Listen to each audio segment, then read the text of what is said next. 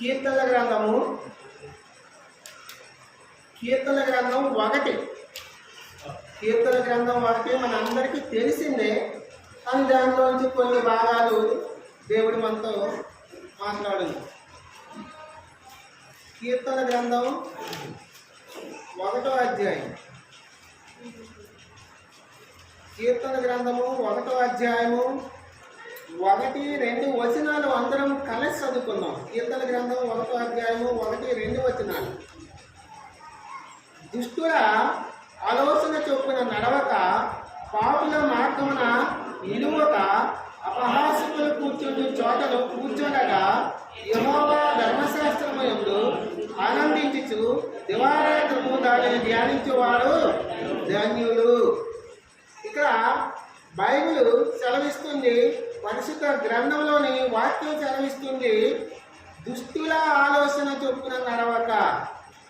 దుష్టుడు అంటే సాతాను ఆలోచన చొప్పున నడవక, పాపుల మార్గంలో నిలవక. పాపులు, మనుషులంతా పాపులమే, మనందరము పాపం చేసిన వారమే. పాపుల మార్గంలో నిలవక, అపహాసకులు కూర్చుని చోటలు కూర్చోడగా. అపహాసకులు కూర్చుండే చోటులు, అపహాసం చేసేవాళ్ళు, యాలన చేసేవాళ్ళు, గేలి చేసేవాళ్ళు, వాడు కూర్చునే చోటగా ఉన్నవాడు ఎవడు? వాడు ఎవడయ్యా అంటే పాపుల మార్గంలో నడవనవాడు, దుష్టుల మార్గంలో నడవనవాడు. అపహాసకులు కూర్చున్న చోట కూర్చున్న వారిని ఏమంటారంటే నీతిమంతుడు అంటాం. ఏమంటారు? నీతిమంతుడు. వాడు ఎలాంటి వాడు? పాపం చేయని వాడు, దుష్టుల ఆలోచన చెప్పిన నడవనవాడు, అపహాసకులు కూర్చుని చోట కూర్చున్న వాడు, పాపుల మార్గంలో నడనవాడిని బైబిల్ సెలవిస్తుంది నీతిమంతుడు. వాళ్ళు ఏమంటారు? నీతిమంతుడు అని పిలుస్తాడు. ఏ వ్యక్తి అయితే, ఏ మనిషి అయితే దుష్టుల ఆలోచనలో నడవక, సాతాను మార్గంలో నడవక, పాపం చేయక, పాపుల మార్గంలో నిలవక, అపహాసకులు కూర్చుండే చోటను కూర్చుండగా దేవుని సన్నిధిలోకి వస్తాడు, వారిని ఏమంటామంటే నీతిమంతుడు అంటాం. నీతిమంతుడు. రోమిలికి రాసిన పత్రిక చూడండి ఒకసారి. రోమిలికి రాసిన పత్రిక రోమా 5.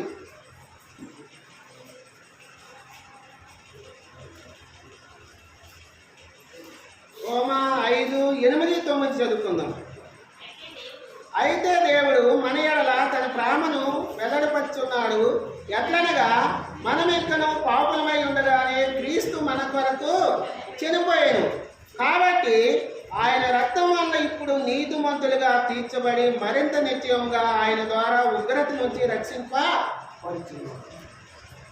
మనం పాపులుగా ఉండగానే ప్రభు ఈ లోకానికి వచ్చి, నేను ఆ పాపాల కోసం, మన జన్మ పాపలము, కర్మ పాపలము, మనందరి పాపాల నిమిత్తము ఆయన రక్తం కార్చి మరణించి తిరిగి లేచి ఆ రక్తము ద్వారా, పరిశుద్ధ రక్తము ద్వారా నన్ను నీతిమంతులుగా చేశాడు. నన్ను ఎట్లా చేశాడు? నీతిమంతులుగా చేశాడు. నీతిమంతులుగా చేసుకొని అనేక దీవెనలతో, అనేక ఆశీర్వాదాలతో నన్ను నింపాడు ప్రభువు. పాపులమైన మనము దుష్టుల ఆలోచన చొప్పున నడిచే నన్ను, పాపం చేస్తే నన్ను, అపహాసకులు కూర్చుండే చోట్ల కూర్చుండే నన్ను ఆయన రక్తము ద్వారా పరిశుద్ధపరిచి, పవిత్రపరిచి నన్ను ఆయన నీతిమంతులుగా మార్చాడు. ఎలా మార్చాడు? నీతిమంతులుగా మార్చాడు. ఈ దినం మన అవసరం ఏంటంటే, ఆరాధన కోసం మన అవసరం ఏంటంటే, నీతిమంతులకు దేవుడు ఇచ్చే ఆశీర్వాదాలు ఎట్టివి? నీతిమంతులకు దేవుడు ఇచ్చే ఆశీర్వాదాలు ఎలాంటివి? ఎట్టివి? నీతిమంతులకు దేవుడు ఇచ్చే ఆశీర్వాదాలు ఎలాంటివి? అది మనం అవసరం. నీతిమంతులకు దేవుడు ఇచ్చే ఆశీర్వాదాలు ఎలాంటి ఆశీర్వాదాలు ప్రభువు నీకు నాకు నీతిమంతులుగా చేసుకొని ఇచ్చాడనేది మన వర్తమానము. మనము దేవుని నడిపింపు కోసం చిన్న ప్రార్థన చేసుకుందాం. చిన్న ప్రార్థన. పరిశుద్ధుడ, ప్రేమ కలిగిన ప్రియా పల్లవకు తండ్రి, నీకు స్తోత్రాలు, వందనాలు, స్తుతులు చెల్లించుకుంటున్నాం ప్రభా. ఇదిగో తండ్రి, ఇంతవరకు పాటల ద్వారా మహిమ పొందుకున్నాను. నీకు స్తోత్రాలు, వందనాలు, స్తుతులు చెల్లించుకుంటున్నాం దేవా. ఇదిగో తండ్రి ఆరాధన వర్తమానంలో ప్రభా విషయాన్ని సన్నిధి నాకు తోడుగా ఉంచి సాయం చేయమని నీ అభిషేకం ఉంచమని కూర్చున్న నీ ప్రజలకి బోధించే యోగ్యత లేని వాడిని నువ్వు లాంటి వాడిని ప్రభా అయోగ్యని ప్రభా కలిగి సాయం చేయమని నన్ను బలపరచమని ప్రభా ఎలా ఆరాధన చేయాలో మాతో మాట్లాడి మహిమ పొందుకోమని యేసు నామములో అడిగి వేడుకుంటున్నాం పరలోకపు తండ్రి ఆమేన్. ఇంకొక మారు కీర్తన గ్రంథం 1-2 చదువుకుందాం. దుష్టుల ఆలోచన చొప్పున నడవక పాపుల మార్గమున నిలువక అపహాసకులు కూర్చుని చోటను కూర్చుండగా యెహోవా ధర్మశాస్త్రమునందు ఆనందించుచు దివారాత్రము దానిని ధ్యానించేవాడు ధన్యులు. అలాంటి వాడు ఏమంటాము బైబిల్ ప్రకారము నీతిమంతులు. ఎవరైనా దుష్టుల ఆలోచనలో నడవలేదు, పాపుల మార్గంలో నిలవలేదు, అపాస్తులు కూర్చుండే చోట్ల కూర్చునలేదు, అట్టివాడిని బైబిల్ నీతిమంతుడు అంటుంది. అట్టివాడిని బైబిల్ ఏమంటుంది? నీతిమంతుడు. మనం నీతిమంతుడు ఎట్లా అయ్యాము అంటే ఆయన కార్చిన పరిశుద్ధమైన రక్తం ద్వారా నేను నీతిమంతుడిగా మార్చబడ్డాము. మన అవసరం ఏంటంటే నీతిమంతులకు దేవుడు ఇచ్చిన ఆశీర్వాదాలు ఎలాంటివి, నీతిమంతులకు దేవుడు ఇచ్చిన ఆశీర్వాదాలు ఎలాంటివి అనేది మొట్టమొదటిగా చూద్దాం. చూడండి, కీర్తన గ్రంథము 1:3 చదవండి బిగ్గరగా. అతడు నీటి కాలువల యోరను నాటబడినదై ఆకు వాడక తన కాలమందు ఫలమిచ్చి చెట్టు వలె ఉండును. చాలు. నీతిమంతులకు దేవుడిచ్చే మొట్టమొదటి ఆశీర్వాదం ఏంటంటే నీటి కాలువల యోరను నాటబడినదై. నీటి కాలువల యోరన అంటే మనము దేవుని సన్నిధిలో నిలిచి ఉండేవారుగా ఉంచుతాడు. ఒకప్పుడు నేను నీటి కాలువల యోరను నాటబడింది అంటే దేవుని సన్నిధిలోకి వచ్చి దేవుణ్ణి ఆరాధించేవారుగా చేస్తున్నారన్నమాట. అర్థం. నీటి కాలువల యోరను నాటబడింది అంటే దేవుని సన్నిధికి వచ్చి దేవునితో కనెక్ట్ అయి ఉండి దేవుని సన్నిధిలో ఉండేవారుగా చేస్తున్నాడు. ఒకప్పుడు మనం ఎలా ఉండేవాళ్ళం తెలుసా? ఒకప్పుడు తప్పిపోయిన గొర్రెల వలె మనకి ఇష్టానుసారంగా మనకి నచ్చిన రీతిలో లోకంలో పాపంలో అపహాసకులు కూర్చుండే చోట మనం కూర్చున్న నన్ను ఈ దినము దేవుని సన్నిధికి నడిపించి దేవునికి దూరస్తులుగా ఉన్న నన్ను దేవునికి సన్నిధికి నడిపించి మొట్టమొదటిగా ఆయన ఆరాధించే ధన్యకరమైన జీవితం ఇచ్చాడు. నీతిమంతులకి ఆయన ఇచ్చే మొట్టమొదటి ఆశీర్వాదం ఏంటంటే దేవునితో కనెక్ట్ అయి ఉంటాం, దేవుని సన్నిధికి నడిపించాడు. అందుని బట్టి ప్రభా ఒకప్పుడు నేను తప్పిపోయిన గురువలే నా ఇష్టానుసారంగా పాపములో లోకములో అపవిత్రమైన జీవితములో అపాస్కులు కూర్చుండే చోట కూర్చున్న నన్ను ఈ దినము నీ సన్నిధిని నడిపించావు, నిన్ను ఆరాధించే భాగ్యం నాకు ఇచ్చావు. అందుని బట్టి నీకు వందనాలు. అందుని బట్టి నిన్ను ఆరాధిస్తున్నా. ఒకప్పుడు నేను నీకు దూరస్తుడిగా ఉన్నా, ఇప్పుడు నీ సన్నిధిని నడిపించావు, నిన్ను ఆరాధించే ధన్యకరమైన జీవితం నాకు ఇచ్చావు. అందుని బట్టి నీకు వందనాలు ప్రభా అని ఆయన ఆరాధన చేయాలి. మొట్టమొదటిగా ఆ నీతిమంతులకు దేవుడిచ్చే మొట్టమొదటి ఆశీర్వాదం ఏంటంటే నీటి కాలువల ద్వారాను నాటబడినది. అంటే నీటి కాలువల ద్వారం అంటే తన సన్నిధికి నడిపించాడు. తన సన్నిధికి నడిపించి వాక్యములో నువ్వు నిలిచి ఉండేటట్టు చేస్తావు. దేవుని సన్నిధిలో నిలిచి ఉండేటట్టుగా నిన్ను చేశాడు. దూరంగా ఉన్న నిన్ను సమీపస్తునిగా చేసి ఆయన సన్నిధిలో నడిపించాడు. అందుని బట్టి ఆయనకు ఆరాధన చేయాలి మనం. అందుని బట్టి ఆయనకు ఆరాధన చేయాలి. రెండోదిగా చూద్దాం, నీతిమంతులకు దేవుడిచ్చే రెండో ఆశీర్వాదం చూద్దాం. కీర్తన గ్రంథము 1:3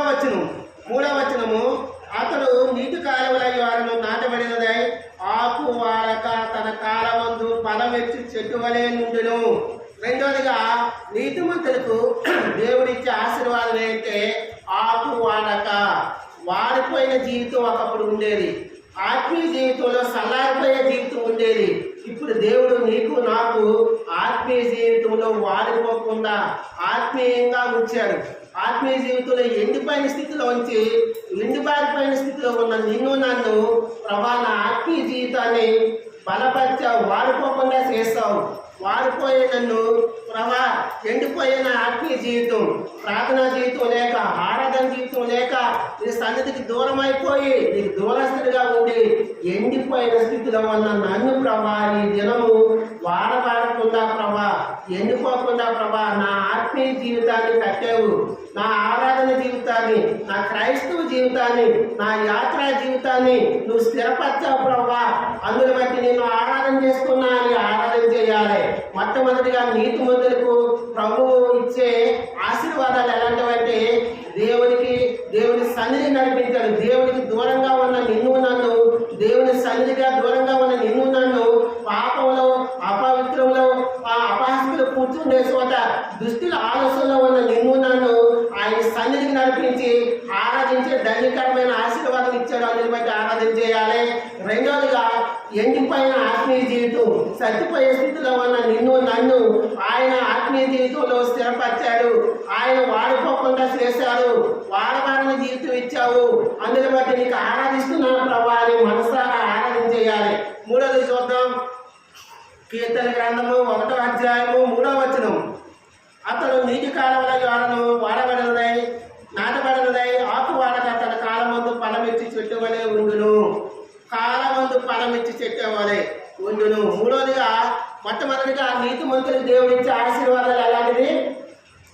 దేవుని సన్నిధికి నడిపించి ఆయన ఆరాధించి దేవునికి దూరంగా ఉన్నాం. మనం ఎలా ఉన్నాం? మనం దుష్టుల ఆలోచన చొప్పున నడిచేవారుగా ఉన్నాము, పాపుల మార్గంలో నిలిచేవారుగా ఉన్నాము, అపహాస్యులు కూర్చుండే చోట కూర్చుండే వారుగా ఉన్నాము. అలాంటి సాంగత్యం కలిగిన నిన్ను నన్ను ఆయన సన్నిధిలో నడిపించాడు. అందుని బట్టి ఆరాధన చేయాలి. రెండవదిగా, వాడిపోయే జీవితం నీలో నాలో ఉంటే, ఎండిపోయే జీవితం, సత్తువ లేక ఉన్న జీవితాన్ని ఆయన వాక్యం ద్వారా నిన్ను నన్ను ఆయన ఆత్మీయ జీవితంలో ఎండిపోకుండా చేశాడు. అందుని బట్టి ప్రవాణ ఆత్మీయ జీవితాన్ని కట్టావు, స్థిరపరిచావు. అందుని బట్టి వందనాలు చెప్పాలి. మూడవదిగా, ఫలభరితమైన జీవితం ఇచ్చాడు.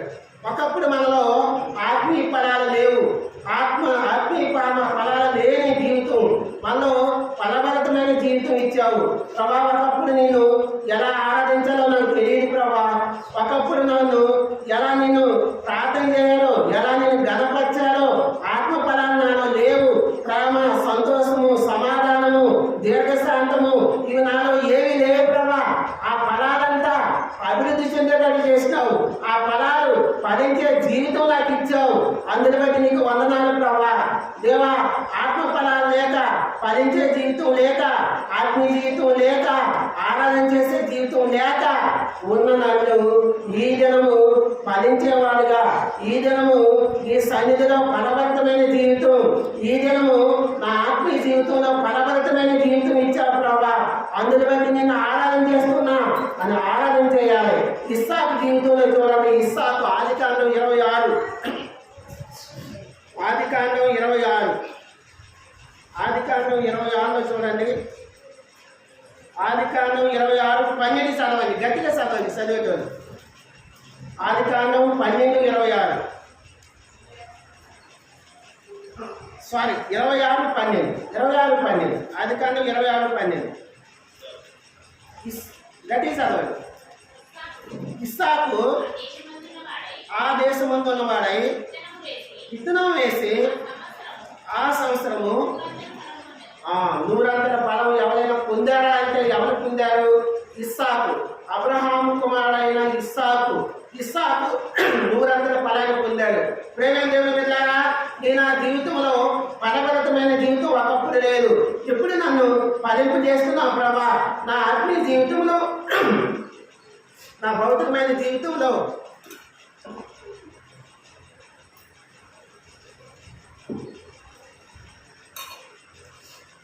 నన్ను ఫలింపు చేస్తున్నందుకు నేను ఆరాధిస్తున్నా, మనసారా ఆరాధిస్తున్నా. నాలో ఫలభరితమైన జీవితం లేదు. నా జీవితంలో ఫలింపు చేస్తావు ప్రభా. అందుని బట్టి నిన్ను ఆరాధిస్తున్నాను. ఆయన గణపరచాలి, ఆయన ఆరాధన చేయాలి. నీతిమంతుడికి ఆయన ఇచ్చే ఆశీర్వాదాలు ఏంటంటే, పాపుల మార్గంలో, దుష్టుల మార్గంలో, అపాస్తులు కూర్చునే చోట ఉన్న నిన్ను నన్ను ఆయన సన్నిధిని నడిపించాడు. మొట్టమొదటిగా ఆయనకి సమీపస్తుడిగా చేశాడు. అందుని బట్టి ఆరాధన చేయాలి. రెండవదిగా వారిపైన నీ నా జీవితాన్ని ఆయన స్థిరపరిచాడు, ఎండిపోకుండా చేశాడు. ఆయన ఆ ఎండిపోకుండా చేయడం మాత్రమే కాకుండా ఫలించేవాడిగా, ఫలాలు అనుభవించేవాడుగా, ఫలాలు పూలు పూత కాయలు పింజ ఫలాలు పళ్ళు లభించేవాడిగా, ఆత్మీయ జీవితంలో ఫలభరితమైన జీవితం, ఆత్మ ఫలాలు నీలో నాలో ఆయన ఫలింపు చేసేందుకు ప్రేమ లేని జీవితంలో ప్రేమించి, సమాధానం లేని అసమాధానం ఉంటే సమాధానం పట్టాడు, దీర్ఘశాంతం లేని నిన్ను నన్ను దీర్ఘశాంతంలో నడిపించాడు. ఆత్మ ఫలాలు తోడున్నాయి కదా, ఆత్మ ఫలాలన్నీ నీలో నాలో ఆయన ఫలింపు చేసేందుకు ప్రభా నీకు నాలో ఫలభరితమైన జీవితం లేదు ప్రభా, ఈ దినం ఫలభరితమైన జీవితం నాకు ఇచ్చావు, అందుని బట్టి నిన్ను ఆరాధన చేస్తున్నా అని ఆరాధన చేయాలి. నాలుగో చూద్దాం కీర్తన గ్రంథం 1వ అధ్యాయము, కీర్తన గ్రంథం 1వ అధ్యాయము 4వ వచనం, 1వ అధ్యాయము 3వ వచనం వచ్చి చదవండి. అతడు నీటి కాలంలో ఎవరను నాటబడింది, ఆకువాడక తన కాలమందు ఫలమిచ్చి చెట్టు వలె నుండును, అతడు చేయనంతయు సఫలమగును. ఒకప్పుడు నీ నా జీవితంలో సఫలపరచబడే జీవితం లేదు, సఫలమవడం లేదు, అన్నీ విఫలమయ్యే జీవితమే, అన్నీ ఫెయిల్ అయిపోయే జీవితమే. ఈ దినము నీ ప్రార్థన, నీతిమంతుల ప్రార్థన నిన్ను తన రక్తం ద్వారా కడిగి పరిశుద్ధపరిచి పవిత్రపరిచి నీతిమంతులుగా చేసుకున్నాడు. నువ్వు ప్రార్థించినప్పుడు ఆయన ప్రార్థనకు ప్రతిఫలం ఇస్తున్నాడు. ఒకప్పుడు ఫలవంతమైన జీవితం లేదు, సఫలపరుస్తున్నాడు. ఇప్పుడు ప్రభా నా అనేక ప్రార్థనలకి నువ్వు సమాధానం ఇచ్చావు, సఫలం చేస్తావు, నన్ను సంఘంలో తల ఎత్తుకునేవాడిగా చేస్తావు, నన్ను నిలవబెట్టుకున్నావు ప్రభా. యేసయ్య నా జీవితంలో దేని పనికిరాని నా జీవితంలో ఫలభరితమైన జీవితంగా ఉంచావు ప్రభా. ఫలించేవాడిగా నన్ను, నా కుటుంబాన్ని, సంఘాన్ని ఉంచావు, సంఘంలో బిడ్డలు ఉంచావు ప్రభా. అందుని బట్టి నీకు వేలాది వందనాలు చెల్లిస్తున్నాను యేసయ్య అని ఆరాధన చేయాలి. ఆరాధనకు ఆయన యోగుడు కాబట్టి ప్రియమైన దేవుడు వింటారా, ఒకప్పుడు మన జీవితంలో ఫలించేవాడిగా లేము, ఇప్పుడు ఫలించేవాడిగా ఉంటున్నాం. ఫలభరితమైన సఫలం లేదు, విఫలతే. ఇప్పుడు సఫలపరుస్తున్నాడు, మన ప్రార్థనలు ఆయన ఆలకిస్తున్నాడు, మనకు ఆయన జవాబిస్తున్నాడు. అందుని బట్టి నీకు ఆయనకి ఆరాధన చేద్దాం. సామెతల గ్రంథం చూడండి, సామెతల గ్రంథం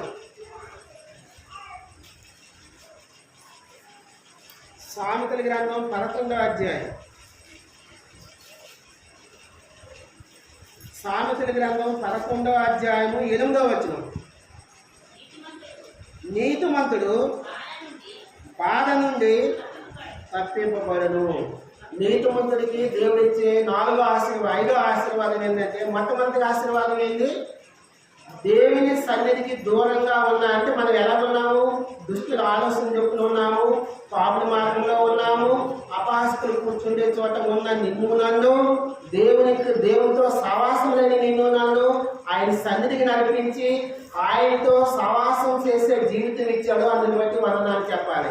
రెండవదిగా వారిపైన జీవితం ఉన్న నీలో నాలో ఆయన వాడవారిన జీవితాన్ని తీసివేసి వాడిపోయిన వాడిగా చేశాడు. అందుని బట్టి వాడబారిన వాడిగా ఉంచాడు. అందుని బట్టి వందనాలు చెప్పాలి. మూడవదిగా నీతిమంతుడిగా ఆయన ఏం చేశాడు? ఫలింపులేని జీవితం అన్ని ఫలభరితమైన జీవితంగా మార్చాడు. అందుని బట్టి వందనాలు చెప్పాలి. నాలుగవదిగా అన్నీ విఫలమే మన జీవితంలో, ఏది సఫలం లేదు. ఆయన చేయడంతా సఫలపరిచాడు. నువ్వు చేసిన ప్రార్థనలను ఆయనకు ఆలకించి అంగీకరించి సఫలపరిచాడు, జవాబిచ్చాడు, సమాధానం ఇచ్చాడు. అందుని బట్టి ఆయనకు ఆరాధన చేయాలి. ఐదవదిగా ఏంటంటే, నీతిమంతులకు బాధ నుంచి అంటే ఆపదల నుంచి తప్పిస్తాడు. నీతిమంతులు ఆపదల నుంచి ఆయన తప్పిస్తున్నాడు. నువ్వు నీతిమంతుడు ఎలా అయ్యావంటే ఆయన రక్తం ద్వారా నీతిమంతుడు అయ్యావు. నీతిమంతుగా చేసుకున్న నిన్ను నన్ను ఆయన అనేక ఆపదల నుంచి, అనేక అపాయకరమైన పరిస్థితుల నుంచి, మనకు వచ్చే ఆపద ఏంటంటే, అపాయం ఏంటంటే నిత్య నరకం ఉంది. మన కోసం కాసుకొని ఉంది, మన ఆత్మ కోసం నిత్య నరకం ఉంది. ఆ నిత్య నరకం నుంచి ఆయన నిన్ను నన్ను తప్పించాడు.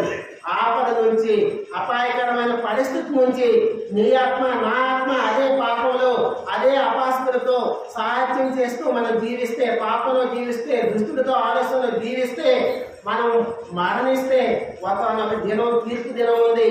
ఆ తీర్పు దినంలో నేను కూడా అగ్ని ఆగదు, పురుగు సావదు, నిత్య నరకంలో ఆత్మ కాలిపోవాలి.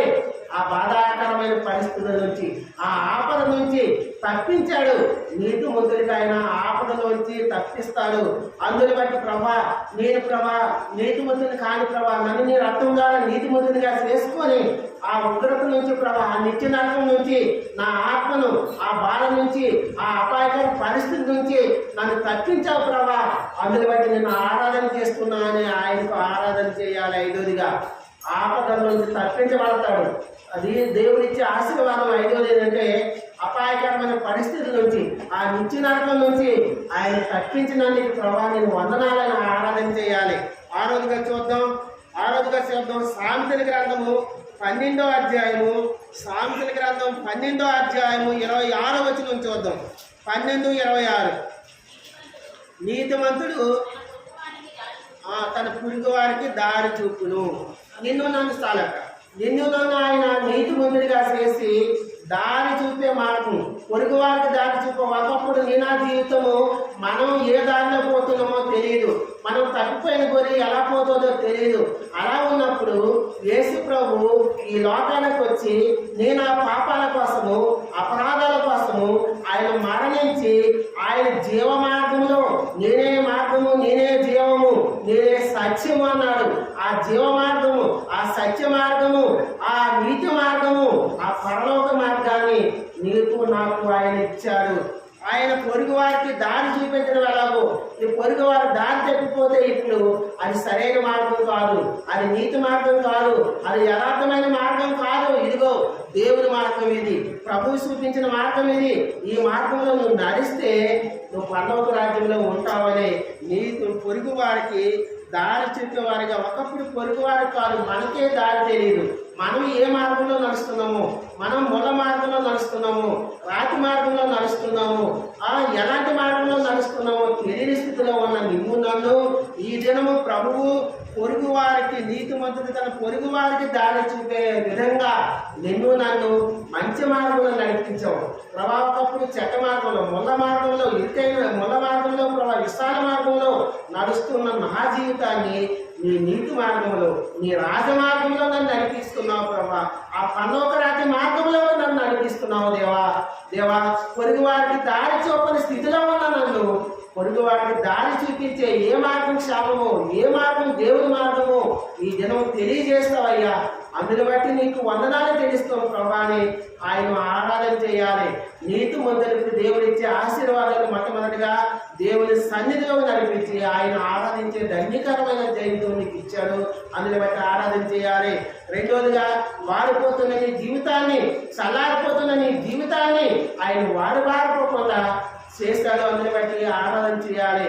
మూడోదిగా మనం ఫలించలేని జీవితం ఉన్న నీ జీవితాన్ని ఆయన ఫలింపు చేస్తాడు. అందుని బట్టి ఆరాధన చేయాలి.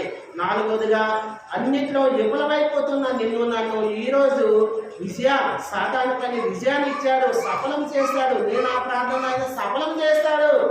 అందుని బట్టి ఆయన ఆరాధన చేయాలి. ఐదోదిగా బాధలోంచి, ఆపదలోంచి ఆయన నీతిమంతులు తప్పిస్తున్నాడు. ఎన్నోసార్లు ఎన్నో అపాయకరమైన పరిస్థితుల నుంచి, ఎన్నో ప్రాణభయంకరమైన పరిస్థితుల నుంచి ఆయన నిన్ను నన్ను తప్పించాడు. అందుని బట్టి ఆయనకు ఆరాధన చేయాలి. ఆరోదిగా మనం ఏ మార్గంలో నడవాలో తెలియక ఉన్నప్పుడు నీతి మార్గంలో ఆయన నడిపించాడు. నీతిమంతులు తన పొరుగు వారికి దారి చూపే విధంగా మనకే ఏ దారి అలా తెలియని స్థితిలో మనకి ఏ మార్గం మంచిదో, ఏది నీతైన మార్గమో, ఏది రాజమార్గమో, ఏది దేవుని మార్గమో, ఏది మంచి మార్గమో మనకి తెలియపరిచాడు. ఏది చెడ్డ మార్గమో మనల్ని తెలియపరిచినందుకు ఆయనకు ఆరాధన చేయాలి. ఆయనకి ఆరాధన చేయాలి. చివరిగా ఒక మాట చూసుకొని మనం ఆరాధనలో ప్రవేశిద్దాము. సామెతల గ్రంథం 13వ అధ్యాయం చూడండి. సామెతల గ్రంథము 13వ అధ్యాయము 9వ వచనం చూడండి. సామెతల గ్రంథం 13:9 బిగ్గరగా చదవండి. అక్క నీతిమంతుల వెలుగు తేజరెల్లును, భక్తిహీనుల దీపము, నీతిమంతులకు ఆయన ఇచ్చే ఆశీర్వాదం చాలా ఉన్నాయి. మనం ఒక వీడియో ధ్యానిస్తున్నాం. నీతిమంతులకు ఆయన ఇచ్చే ఆశీర్వాదం ఏంటంటే, నీతిమంతులు వెలుగు తేజరిల్లును. ఏమవుతుందట? తేజరెల్లుద్ది. తేజరెల్లు అంటే ప్రకాశమానమైన వెలుగుతో మహిమతో నింపబడదు. దేవుని యొక్క తేజరం, దేవుని యొక్క మహిమ. నీతిమంతులు ఎవరైతే పాపాలు ఒప్పుకున్నారో, ఎవరైతే దృష్టిలో నివసించే దుష్టుల ఆలస్యంలో నడవలేదు, ఎవరైతే పాప మార్గంలో నడవలేదు, ఎవరైతే అపహాసకులు కూర్చునే చోట్ల కూర్చోలేదు, ప్రతి వాళ్ళంటి వారు నీతిమంతుడు. నీతిమంతుడు మనం ఎలా అయ్యామంటే ఆయన రక్తం వల్ల నీతిమంతులు అయ్యాము. ఆ నీతిమంతులకు దేవుడు ఇచ్చే ఆశీర్వాదం ఏంటంటే, నీతిమంతుల వెలుగు తేజరిల్లును. నిన్ను తేజరిల్ల చేస్తాడు ఆయన. నిన్ను ఆయన మహిమతో నింపుతాడు. ఆయన స్వరూపంతో నిన్ను నింపుతాడు. మోసే సేనాయి పర్వతం పైన 40 దినాలు ఉపవాసం ఉన్నప్పుడు ఆయన యొక్క తేజస్సు పొందుకున్నాడు, దేవుని యొక్క మహిమ పొందుకున్నాడు. ఆ మహిమ ఆయన చుట్టూ కప్పి ఉన్నట్లా నిన్ను కూడా మహిమతో నింపుతాడు. తేజరిల్ల జీవితం ప్రకాశమానమైన వెలుగుతో నింపుతాడు. యేసయ్యా, నేను చీకట్లో, పాపంలో, అపవిత్రంలో జీవించిన నా జీవితాన్ని ఈ దినం ప్రభా వెలిగి మహిమతో నింపా ప్రభా. ఈ దినం తేజరిల్లే ప్రకాశమానమైన జీవితం నీ మహిమతో నన్ను నింపా ప్రభా. అందులో బట్టి నిన్ను ఆరాధన చేస్తున్నాను. ఆయనకు ఆరాధన చేయాలి. తేజరిల్లే జీవితం మనకి ఇచ్చాడు. చీకట్లో, పాపంలో, నిత్య నరకాలకు పాతలుగా ఉన్న నిన్ను నన్ను ఈ దినము ఆయన మహిమతో నింపుతున్నాడు. ఆయన తేజరిల్ల చేస్తున్నాడు. ఆ ప్రకాశమానమైన వెలుగుతో నింపుతున్నాడు. దేవుని కదా, నువ్వు దేవుని సన్నిధికి వచ్చిన నిన్ను నన్ను ఆయన రక్తంగా కడిగి పరిశుద్ధపరిచి పవిత్రపరిచి నీతిమంతుడిగా చేసి తేజరిల్ల జీవితం ఇచ్చాడు. తేజరిల్లని చీకట్లో ఉన్న నిన్ను నన్ను పరిశుద్ధపరిచి ప్రకాశమానమైన వెలుగుతో నిన్ను నన్ను ఆయన నింపాడు. అందులో బట్టి ఆయనకు ఆరాధన చేయాలి. మనం ఆరాధన చేయాలి. మొట్టమొదటిగా నీతిమంతుడికి ఆయన ముగిస్తున్నాం. ఒకసారి కమెంట్ చేసుకుంటాం. నీతిమంతుడు ఎవరయ్యా అంటే, నీతిమంతుడు దుష్టుల ఆలోచన చెప్పున నడవడు, నీతిమంతుడు పాప మార్గంలో నడవడు, నీతిమంతుడు అపాస్తులు కూర్చుండే చోట కూర్చోడు. అట్టివాడు నీతిమంతుడు, అట్టివాడు నీతిమంతుడు అని బైబిల్ సెలవిస్తుంది. ఆ నీతిమంతుడు ఏం చేస్తాడంటే, దివారాత్రులు దేవుని వాక్యము ధ్యానిస్తాడు, దేవునితో సహవాసం కలిగి జీవిస్తాడు. మనం నీతిమంతులు ఎలా అయ్యామంటే, ఆయన రక్తం వల్ల నీతిమంతులు అయ్యాం. నీతిమంతులకి ప్రభువు, నీతిమంతులకి దేవుడు ఇచ్చే ఆశీర్వాదాలు ఏంటి మన అవసరం? మొట్టమొదటిగా నీతిమంతులకి దేవుడు ఇచ్చే ఆశీర్వాదం ఏంటంటే, దేవుని సన్నిధికి వచ్చి ఆరాధించే ధన్యకరమైన జీవితం ఇచ్చాడు. ఒకప్పుడు దూరస్తులుగా ఉన్నాం. దేవుని సన్నిధికి వచ్చే యోగ్యత లేని నేను నన్ను ఆయన సన్నిధికి నడిపించి వాక్యం ద్వారా విని ఆలకించి ధ్యానించి ఆయన ఆరాధించే జీవితం ఇచ్చాడు. అందుని బట్టి వందనాలు చెప్పాలి. రెండవదిగా, వాడిపోయే ఎండిపోయే జీవితము నీలో నాలో ఉంది, దాన్ని తీసేశాడు, ఫలించాడు, ఫలింపు జీవితం ఇచ్చాడు. అందుని బట్టి వందనాలు చెప్పాలి. మూడోదిగా, ఫలింపులన్నీ నా జీవితంలో ఫలింపే జీవితం ఇచ్చాడు. ఇస్సాకు ఎలాగైతే ఆత్మీయ జీవితంలో భౌతికమైన జీవితంలో ఫలింపు చేశాడు, ఇస్సాకు ఆత్మీయ జీవితంలో ఫలింపు చేశాడు. నీ నా జీవితంలో ఫలభరితమైన జీవితం ఇచ్చాడు. అందుని బట్టి ఆరాధన చేయాలి. నాలుగోదిగా, మనం ఏ పని చేసినా విఫలత లేదు, సఫలతే. అన్ని విఫలమైపోవడమే, సఫలత లేదు. ఈ దినము దేవుడు నువ్వు ఏ ప్రార్థన చేసినా, ఏ మనం చేసినా ఆయన ఆలకించి అంగీకరించి సమాధానం ఇస్తున్నాడు, జవాబిస్తున్నాడు. అందుని బట్టి ఆయనకు ఆరాధన చేయాలి.